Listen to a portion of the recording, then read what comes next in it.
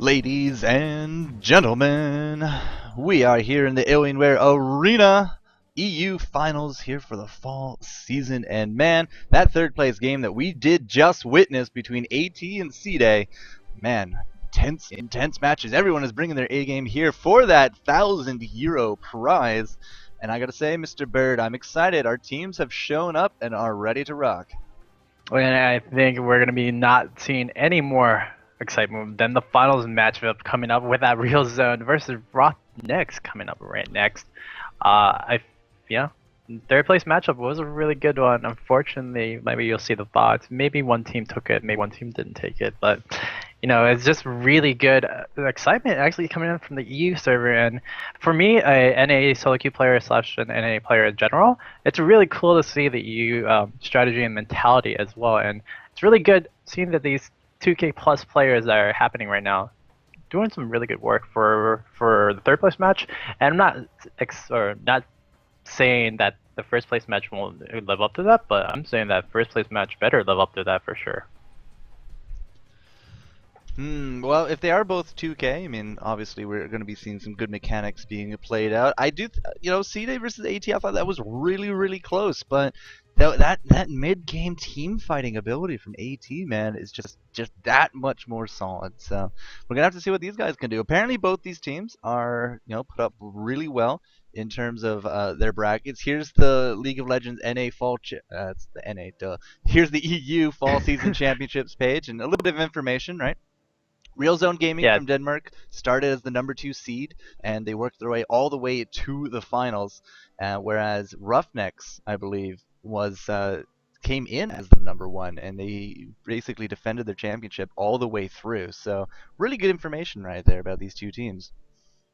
Yeah, definitely indeed. I mean, RoughNex, looks like, although I didn't get that much scouting information on, I think it was Real Zone. Real Zone didn't have enough information on them. But RoughNex has a really good, solid team altogether. I feel like they might have a chip on their shoulder, especially since you just said that they are the first place team coming in from their region. So we'll see if Real Zone can take it in. I mean, both teams are playing with money. I mean, they're not going to lose out on anything. I think it's a 500-1,000 split. Is that right? €1,000, €500, and the third place already secured into the €250. So yes, there is a difference of double the pay. And it does look like both these teams are ready to rock. So good luck, have fun, play dirty, and win, etc. All that jazz. Definitely indeed. No, it looks like one member is actually probably AFK to the bathroom. Oh, I've seen some of your some tournaments from you and stuff like that. What do you feel about AFK, like bathroom breaks? Do you think it's just like an advantage for the other team to get up ahead, maybe a little bit in mastery changes, or do you think it tinkers in the mind of both teams per se?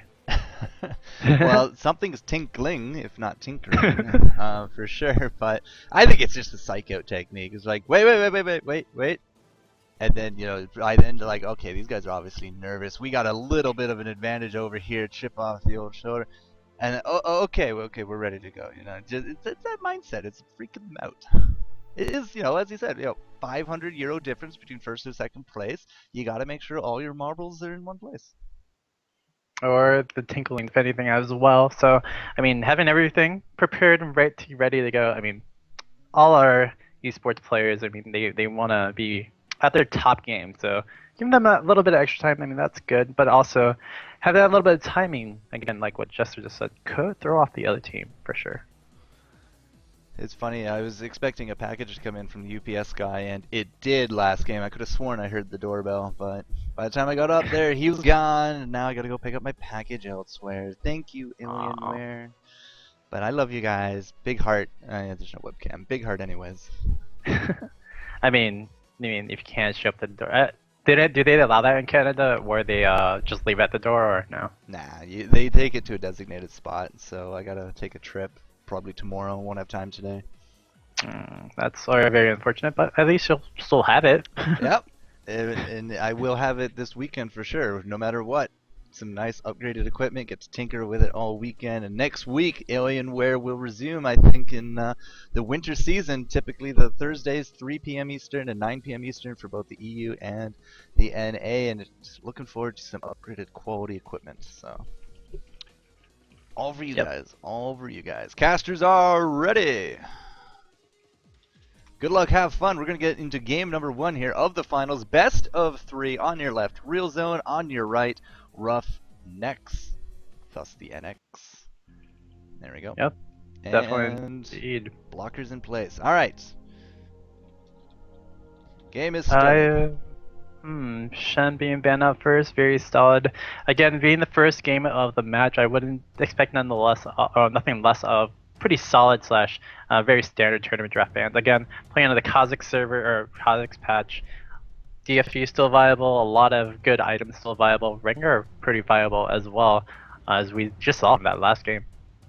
Rengar, yeah, and as you see right there, the banned champions coming out. So yeah, Shen, split push, don't want to deal with him. I don't think we really touched Shen in the future patches, but Rengar for sure. If there's anything you learned out of that last game, guys, is that Rengar was a monster in his prime. So yeah, the AP might have been nerfed out a little bit, and that's why you didn't see that AP Rengar, but we did see the AD, and oh my goodness, did it ever do work. Set up a lot of kills between Rengar and Aurelia last game. AT was able to really secure a lot from that frontline position. Yeah, I mean, a lot of damage and also just a lot of sneakery. And also on top of that, Aurelia, well, Aurelia is still Aurelia. You better nerf her. I mean, you can't really do anything when you try to team fight against her. And she'll just go to your carries and not care about any CC, literally. Better nerf Aurelia. That's exactly right. And that's exactly what everyone says. Every patch. Better nerf Aurelia. And sometimes they do. Jace getting banned out. Ezreal getting banned out. Once again, the changes have not happened yet. So Phage still really good. Ezreal still fantastic as that bot lane. Jace as the top, still extremely strong even to this day. And once again, we see an Evelynn ban out from this patch once more. I mean, Evelynn was a really strong pick, and like you said in the first matchup, Alex Ish played a really good Evelynn. I think it was actually brought in by the Koreans as well. I mean, DFG, I mean, that's kind of what made her nerf pretty much in this live patch, but DFG made Evelynn a really strong character, and unfortunately not going to be played for this matchup right now. No, sir, not whatsoever. Skarner's the last ban out from the RoughNex, and Skarner, I don't know, as a jungler, Skarner seems to have more emphasis in more of the Asian scenes rather than the EU or anything, but what do you think of a Skarner ban? I mean, like you said, yeah, like the EU scene doesn't really have that Skarner pick, but I mean, Skarner's a really good jungler in general, especially with that single target initiation, Impale, and then just a little bit more DPS than most other junglers per se. But Skarner in general, especially with the picks they just shown, would have been a really good pick actually. I'm really interested to see why RoughNex actually did ban him out. Probably a targeted ban to the Real Zone players. Yeah, I just realized that we didn't ban Malphite or Orianna, and bam, first pick, second pick, splitting those two apart. Now, we do have that Orianna on purple. Could we see something similar to a Curse style with a Shyvana jungle? It could happen, especially with the ball moving into the dissonance, that shockwave with Orianna. So it could happen. That determines though if you have enough ping against this is internet. So usually you do that with a live kind of server slash you're in that server, just because yeah, that could be a little bit tricky over on the internet webs. But Shyvana Orianna probably could happen. I mean, you do have the crescendo on top of that, so it kind of mitigates that. But it's a really, really fine tune to actually get that combo off really well. Alright, so Ari Nunu could be a Nunu jungle, could be a Nunu support. In fact, that could be a Malphite jungle or a Malphite top. You never know these days. A very ambiguous pick, so definitely still holds a lot of power in these team comps. So let's see what RoughNex wants to build out of this. Garen, not a choice we see a lot. That's a really interesting pick. Again, Garen lately was upgraded, so it could be picked up. I don't really expect it, but it could really work out in that matchup if they believe that Malphite is actually in that top lane. I mean, again, like you said, dude, it could be the jungler as well, and Malphite could be the jungler, so if it actually happens, this is going to be one for Demacia. No, not indeed. Perfect choice. If we do lock in with that Maokai, Maokai in his twisted advance is an unstoppable I'm gonna get you button. Doesn't matter if he flashed, doesn't matter if you threw something at him, he just goes right under the ground and is gonna appear no matter where you are. And we've seen a lot of Maokai, especially in Asian scene, for those first bloods or those jungles or those really early tower dives, like level 3 tower dives. Using Twisted Advance, Arcane, and then Flash on out, take a few of those hits, and it will be locked in, that Maokai. So Maokai and Ball combo, that could hurt, man. Yeah, that's going to be really devastating, especially, like you said, the tower dies. But, there isn't an Alistar pick really interesting to see. I've seen that EU players usually pick up an Alistar to actually go in the jungle and actually do some devastation really early at that level 1, level 2, level 3 status. So really interesting to see what both teams are going to go. RealZone going to pick up their last 2 picks. But we do see an Ari pick versus an Orianna. That matchup right there is going to be really predicted or indicative of the skill play from both players. So really going to be interesting to see over there. And we do see the Alistar being flushed out. But I think Lee Sin generally been doing pretty well for both teams, and literally in all the matches we've seen today. Well, this will be a 100% Lee Sin pick if he does cement it. You were talking about that Alistar, but if you recall, we didn't have Alistar bans out in the last 2 games either, but no picks going down for him. I think he's kind of lost a little bit in terms of his importance. But yeah, 100% Lee Sin coming out. We got Ashe carry, so Ashe Nunu lane, and that's kind of scary by itself. The increased move speed, attack speed, and the slow arrows could turn Ashe into a huge kite master. Yeah, and we're going to be seeing that paired up with the Charm on top of the Unstoppable Force. Their team fights are going to be more single targeted, definitely for RealZone, but they have some really good damage that's going to be coming out from them, especially with the poke between Ashe and Orbit the Session of Ahri. So I'm liking the team comp for RealZone. RoughNex, we'll see what the last pick is going to be from them, but their team comp is going to be a lot about the AoE ults, especially with Maokai, Orianna, and Sona. I was gonna say we're looking for a top lane unless Maokai wants to head that way, or we have some kind of fun double AP. But it will be Rumble locked in. Rumble top versus this Malphite. So magic damage versus that armor. What do you think of that? I mean, it's going to be a little bit tough, but again, Malphite does bring in a lot of damage with his Silent Shard on top of the Ground Slam, so he'll be dishing some of it back. Definitely a harass lane kind of indeed, but the Rumble is going to be doing a lot more just with that the Flame Splitter that's going to be coming out from him, and without actually taking back a little bit of harass. Yeah, that's pretty much what it is. I'm fairly sure this is the patch that Flame Spitter was fixed in. Because I remember there was a little bit of a period just before World Finals where Flame Spitter was like outputting extreme damage, but I'm fairly sure that's not the case in this patch. Yeah, I think it's a little bit nerfed down. It's like more standard into what it was before that patch that gave him pretty much like double damage, which was really kind of insane with Rumble. Yeah, pretty much. All right, so it does look like everything is in place. The delay is going down. So guys, girls, pets, and I guess that's it. Hold on to your hats because we do have game number 1 of our finals. I'm the FourCourtJester. With me is Bird from D Esports. Always a pleasure to work with new talent, sir. Definitely. We're going to be getting into this soon. You're going to see the skins and skins being picked up right now. Everyone's playing with skins. I'm liking that. And when I just said that, Orianna and Rumble don't actually pick up skins, but it's okay. Neither did Malphite, actually. Oh. You're on a tournament server. Use the free skin. I think it's what is it? Is Dignitas the only team that doesn't use skins, right? I don't know. And then their tournament games, but yeah, that's pretty interesting that you have like everything available to you, literally, and you're just saying classic is better, which is very sleek and sheen, I guess you would want to say.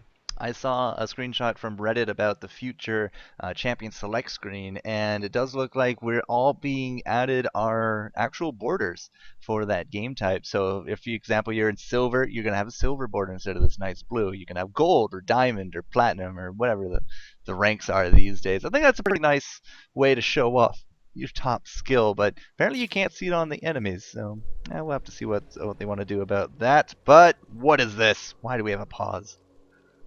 Uh-oh, pause going out right now. We'll see what happens. We have graphics. Something is wrong. Okay, so it looks like RoughNex are having a little bit of a problem right now. Okay, no worries. Well, that's why the pause function was introduced. We have graphic glitch. It's all good there. Okay, so that's alright. We'll just wait for them. That's why we have these pauses. So, representing your blue team, ladies and gentlemen, not that I can show you them, is going to be Real Zone. Fixed, all goods. And on our red team, our right-hand side, RoughNex going to be here. And once again, these are the top 2 seeds from the European realms, which is why we're on the EU tournament. So EU West dominated by Real Zone, I believe, whereas EU East, RNX came up from number 2 seed to become the number 1, and now they are putting it all on the line for 1,000 euros.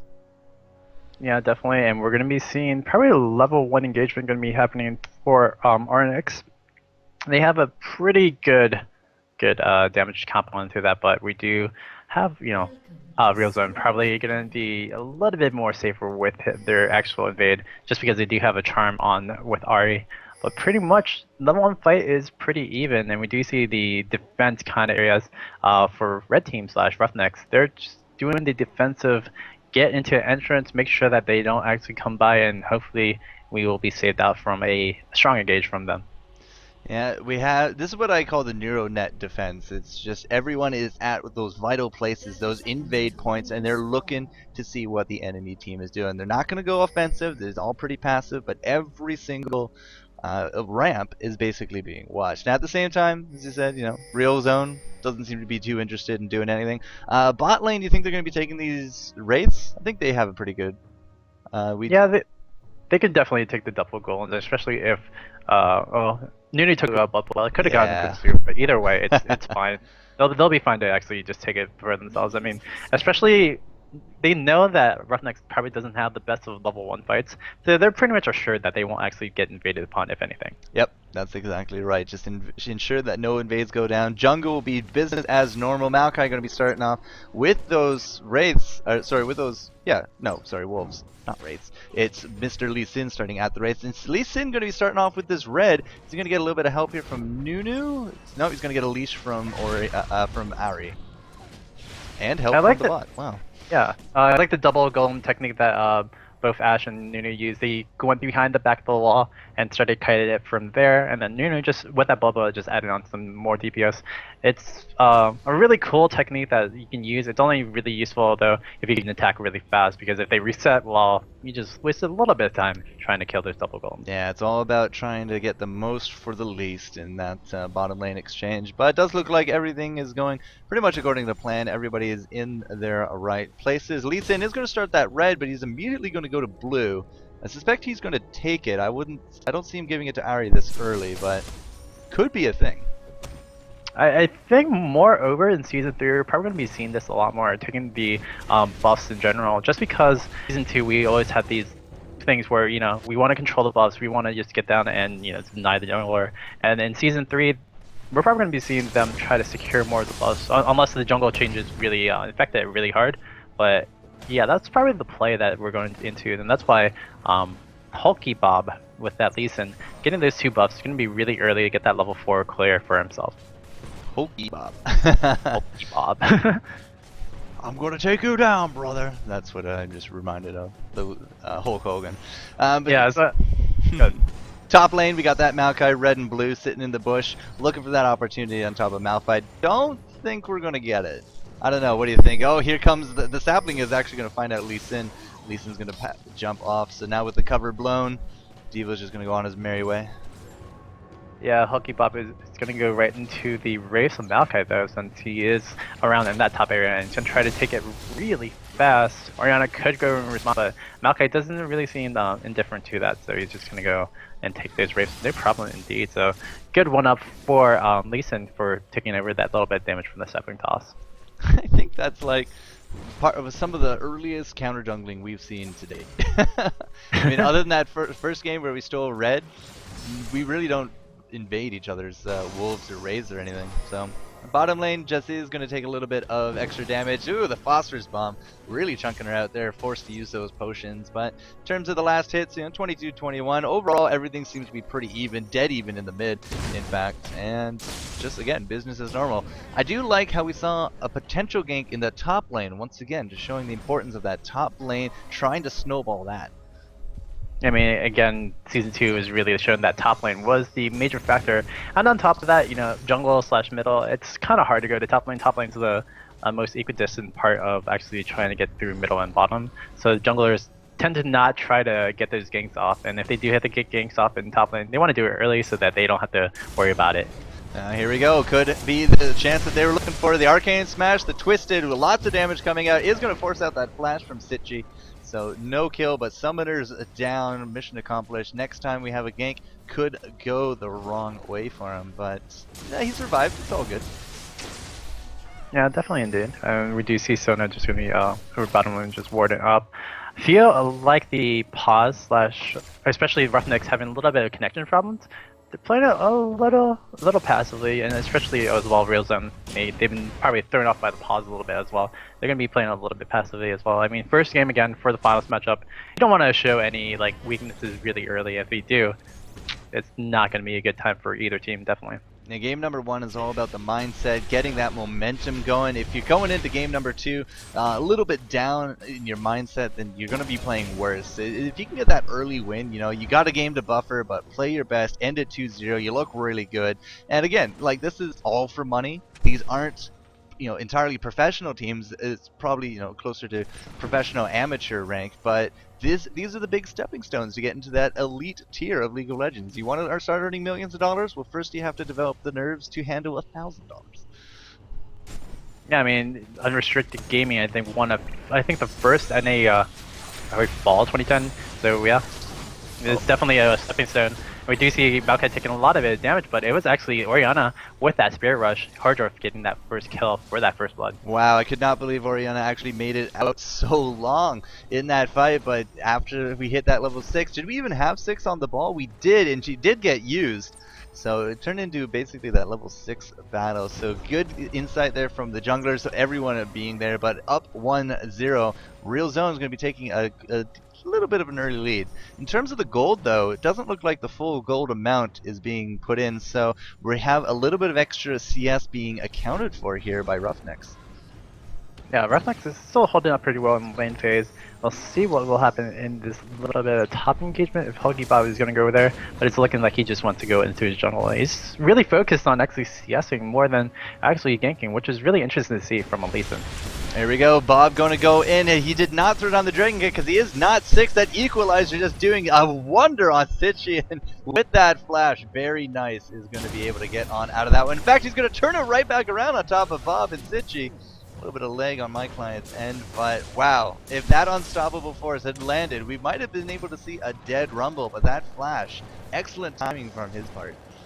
Unfortunately for now, with that unstoppable force down, and now Very Nice is actually, it does have Equalizer up, but he has the damage output to actually push up. He'll be pretty good into that lane now. Yeah, that's why Sitchi's so low. That Equalizer just ate away at his hit points, and that top lane is not going good whatsoever for Malphite. Check out the creeps between them. 32 to 48. In fact, bottom lane as well, 59-51. That's what I meant by RoughNex has a little bit of extra creep score going for them. They are last hitting better than Realzone. And it's everything, and when it's a first game, to have that early game pressure and have that early game kind of lead per se. If you have that mindset really early in any game, literally, but especially for a first game, it's going to really help you out, mitigate anything of losses for anything that happens during that mid-game status for the first game, but overall throughout the game. Once again, Spidey senses tingling. That bot lane does not get ganked whatsoever by Lee Sin. Even though there was no ward, Sona did back off, and that gave the impression of a ward from HokiBob. So they might actually try to pink that, but they're going to be shocked to find that there's actually no ward in that tribush. Really interested to see HokiBob now, or HokiBob now has to just kind of just farm up as much as he can. He needs to get 6 actually to be a little bit more effective with his ganks. I mean, he's tied up right now pretty much with Maokai, and he had a little bit of an early lead, and now he's kind of just lost it a little bit. 27-31 on the CS score, and we're going to be seeing some aggression probably from this Lee Sin really soon. but Maokai is going to be matched up with him, and if Maokai goes into a Lee Sin gank, he'll be pretty much on payday, and letting his team take the advantage. Yeah, we got 7 on the Malphite tops. He does have that unstoppable ready to go. We do have the Dragon Kick now on Lee Sin. He did hit 6 before that Maokai, but Maokai with this jungle creep camp should be able to hit 6 right from this. He does not have his smite up, so he has to actually manually do it all. In the mid, a little bit of poke going back and forth, but top lane again, Sitchi not looking like a good situation. In fact, his creep score hasn't moved since last I talked about it. Yeah, it's definitely not a good day for Stitchy. I mean, all I can do is actually last hit at creeps. I mean, Flame Spreader is just really sound and really hard onto him. But the biggest thing was that early gank that Rumble and Maokai did to that Stitchy, and Stitchy can't really do anything else from it. I mean, Hulk is going to try to go in there and probably try to secure this kill, but again, Equalizer coming down, and we do see Maokai trying to come around as well. Hulkybob has to actually just flash away and get out of dodge from there. But Equalizer is down. That's a big thing. We could turn that right back around, especially if he does chase him into the tower range, but I think Very Nice is just a little too smart for that. So Bob's going to have to go back.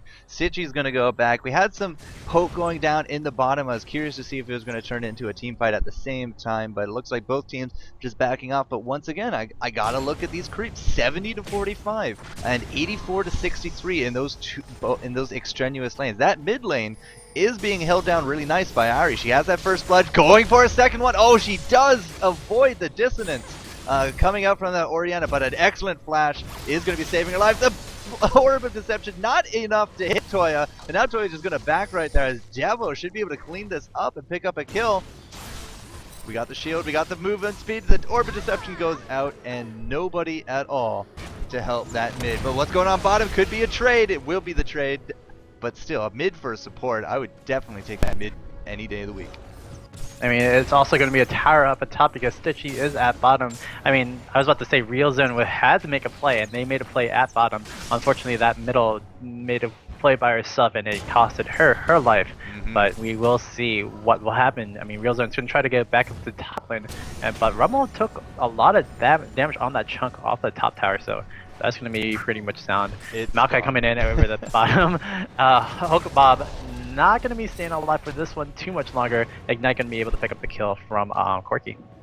Man, oh man. 2-2 as the trade-offs go. There goes that top tower. Rumble absolutely uncontested in this top lane. To get our Sitchi down there, that Malphite actually used teleport, and that's something I did not bring up back at the champion selection, that we have that teleport on that top lane. So these are the plays that they need to try to make happen. But Sitchi's trying to go toe-to-toe here with Very Nice as they're going to be taking that bot dragon. So we do know that there was nothing that our Real Zone could do about that dragon, and they knew where Sitchi was.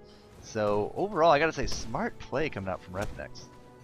I think especially since TP was down, I don't know, I didn't think it was actually used, I thought he just walked it, but yeah, Stitchy using that teleport to go to the bottom, I mean, that's just an all-tell sign that, okay, well, we can take Dragon uncontested. I mean, there's not going to be any support force going to be hitting onto us. Yeah. And really quickly, this is snowballing a little bit out of control for RoughNex. RoughNex right now, 3k gold up onto Real Zone. And this is probably the earliest and biggest lead that we've seen in our games. Like those third place matches, there was a lot of pressure, but still we were able to keep dead center gold. This early on, 13 minutes in, it's only 3,000 gold, but again, I think that's the biggest we've seen at this point in the game. Now here comes Very Nice. He does not need to go top lane whatsoever, so he can just feel free to roam around, start putting up pressure. He has himself that hex deck, and he doesn't use mana, so it's going to be very hard to kind of bully him in a one-on-one trade. Yeah, and especially with Rumble being 0-0-0 but 93 CS compared to the 58 CS of that top lane fight is just a little bit up ahead from there. So we'll see what he'll be going into. I mean, he does have the Hextech Revolver on top of the Negatron Cloak, probably going to be building into that Abyssal Scepter with Woda possibly because of Toya. So we'll see what Rumble builds into, but Rumble will not be not relevant through this whole thing. Well, Very Nice is going to be hanging out here mid. Sitchi, he does have that teleport down. The enemy team knows this, but it's going to be Hulkybob finding Devil in his jungle, and this could be a bad spot for Hulk because here comes Toya. He is going to be trying to get all the way to that tower, but he's not going to die. The Equalizer goes out, almost grabs it. The crescendo is going to be 1 kill, 2 kills, 3 kills for RoughNex. Sona is going to be taking that tower. It will go down to the Ari, but that is 4-for-1 trade. Sitchy is sitting upstairs in that top lane saying, guys, where'd you go? 4-for-1, Oh wow. my. RoughNex for RoughNex. They are showing their aggressive playstyle right now. They picked off a really good start engagement. I mean, literally, it was Ari, I think, was a little bit caught from Devo, and Devo just couldn't just chased her down, and literally bot kind of responded, but unfortunately when bot responded, the whole team responded from RoughNex, and RoughNex taking that early advantage, making it really sound. Now up about 4k gold. Wow, I can start seeing this. If this keeps going on at this pace, then we might even see a 20-minute surrender. But this is where the things of legends are made. If RealZone can bounce back out of this, it's hardly an impossible feat. But they're going to have to start tightening up some of this play because RoughNex so far has been pretty flawless in their calls. Yeah, I mean, if RealZone wants to come back into this, I mean, first thing, farming would be really good, and getting that CS for that Stitchy slash Malphite would be good. But they kind of need to group up and try to catch out one or two members of RoughNex. They definitely don't want to catch out with a Maokai all round, because Maokai will just make them pay if they actually group up. But yeah, if they can catch out the Orianna, if they can catch out Corki, they can turn this around into this little bit of a mid to late game. So, I mean, right now they're down, but they're not totally out of it just yet. Down but not out. I couldn't agree more. Definitely don't want to be eating our words at the end of this, but 4,000 gold, I mean, that's hardly overcomeable. But again, I've got to look at these creep scores. Creep scores in lanes typically indicate how well you're doing, and this top lane, very nice. I mean, we have 3 members of over 100 CS at the 16-minute mark for RoughNex, whereas we only have Ari, and now just coming up, Ash is going to be hitting that triple digits. I mean, again, that's a lot of cash right there that we are missing from RealZone. I think it's more predicated that, I mean, it's a team game and it's team effort. Don't get me wrong. I won't say this that it was just you know, Lee Sin being Lee Sin, but Lee Sin was a little bit focused on creep killing and such like that. Could have helped out a little bit in the lane phase, and with Maokai early ganking at that top lane, I mean, that was really hard for Stitchy to try to come back from it. But here we go with the engagement onto Very Nice. Yeah, very nice. Going to get that 2-on-1. Equalizer going out. Does not actually hit a sweet angle. The Jorth and Sitchy are going to be able to take him down, but at the same time, bottom lane, Crescendo goes down on top of this Ash. He immediately cleanses it out as we have that absolute 0 go down, but unfortunately just not nearly enough damage to try to make a go at this Sono or Corki. And even to add insult to injury, this mid lane turret going to get double hit here by Devil as well as Toya. Charming out that Devil, probably not the best of ideas, but that turret is going to be gone. It's had better days. The shockwave does go out. Here comes the twisted advance, or not. The twisted advance was denied by that charm, and Hulk Bob is actually going to be around and saving Dwarf, no problem. But they do lose out that tower for that one kill, but that kill going to Ari is going to start skyrocket her even more so. So Ari is going to be a real threat for RoughNex coming into the next fight. Yeah, 3-2 for Ari. She's 3 of the 4 kills. The only other person to really land one here is that Lee Sin, but he's been part of 3 of the kills. Whereas bot lane, I mean, Ash has 2. We got 2 assists on Malphite as well. But speaking of Malphite going to be heading back to town. He's coming back to lane now, but he does have himself that Merc Treads and a Giant's Belt. So could we see, what do you think, early Rylai's or early Warmogs? It's probably actually going to go for the Sunfire Cape, just to get that early armor plus that early health as well. But unfortunately, I mean, I don't think it's gonna be really too late per se, because they actually need some magic resist as well, because both Orianna and Rumble are just doing a really good amount of damage, especially with this dragon take that's happening right now. They're gonna be able to take this up even more so, and both Orianna and Rumble are going to be hitting this timing where they're going to be really strong in the next like 3 to 4 minutes. Well, Sitchy had his teleport up, but he did not have a ward to actually jump to, and that's what this Oracles has been doing. Devil with the Oracles, running around, denying a lot of creep vision, a lot of ward vision, and that's going to be, I think, the second dragon? Yes. Going to RoughNex, so that's a lot of global gold. 2 towers up, 2 dragons up, and right there you can see now that the gold lead has ballooned a little bit to 6,000 gold. Yeah, RoughNex is holding this early game advantage that they took, and now they're really hurting the team fight aspect of RealZone, especially with the gold denial. I mean, the creep score is really indicative of what's happening right now. But also just the play of RoughNex. I mean, those ganks over at bottom with 4-man gank. It's just really probably playing to the mind of RealZone right now, and hopefully RealZone can come back into this. I mean, they can still come back into this in the first game as well. So we'll see what will happen into this matchup, definitely. Another tower being thrown on top of the dead tower pile that RoughNex has been accumulating. 3 and 0, up in kills, up in gold, up in creeps across the board. Yeah, pretty much. I don't think there's a lane that they are losing. Now, again, comebacks definitely can happen, but it will come down to that coordinated teamwork. We got that Malphite hard CC, we got that hard opener, but objective control maybe lacking a bit. This red is under pressure. Does look like RealZone can come in to try to help it out, but Jorth is going to get absolutely decimated. Here goes the Absolute Zero, but the Dragon Kick will be stopping that one, and it looks like Toya will be able to make herself a new Foxfire coat. A little bit of lag right there. Rumbo able to grab a kill. Corki as well on top of things, and does look like RealZone is just dying in droves. Holy cow. That was an ace. Yeah, RoughNex just using up that team comp advantage, especially with Sona and Graves not actually in the fight in the beginning. It's just Devo catching out. Very nice has having enough damage. Toya having enough damage just to just put some DPS pressure. And then with that chokehold, Sona with that crescendo, that's just beautiful, beautiful bread and butter work from RoughNex. And RealZone now has to just push behind. Maybe think about even the next game and think about, well, this is just our first game. I mean, it just happened. Maybe we can just pick it off from the next one and get back onto this, because it is just not looking so well for RealZone. Hulk Bob comes in, tries to do a little bit of a scare tactic. He does have himself that Wriggles and now that Ruby Crystal, so we could be seeing him going into that Aegis that we have been seeing 100% on our Lee Sins. Now, we did have a timing here for a Baron, but it does not look like that was on the table. Instead, they take those permanent objectives, those towers. So I kind of agree with taking a tower over a Baron. Baron respawns, the tower doesn't. So 11 to 4, 11,000 gold. Wow, 11's a lot there. Winning in those creeps, winning in those kills. I mean, can RealZone do anything after such a showing like that? I mean, RealZone will have to really ward up, and again, they're getting denied because of Devo's oracles. But on top of that, I mean, taking the tower is really important for RoughNex because they want to have more control of the map, and they're going to be able to do pretty much whatever they want. They can contest RealZone's blue, RealZone's red.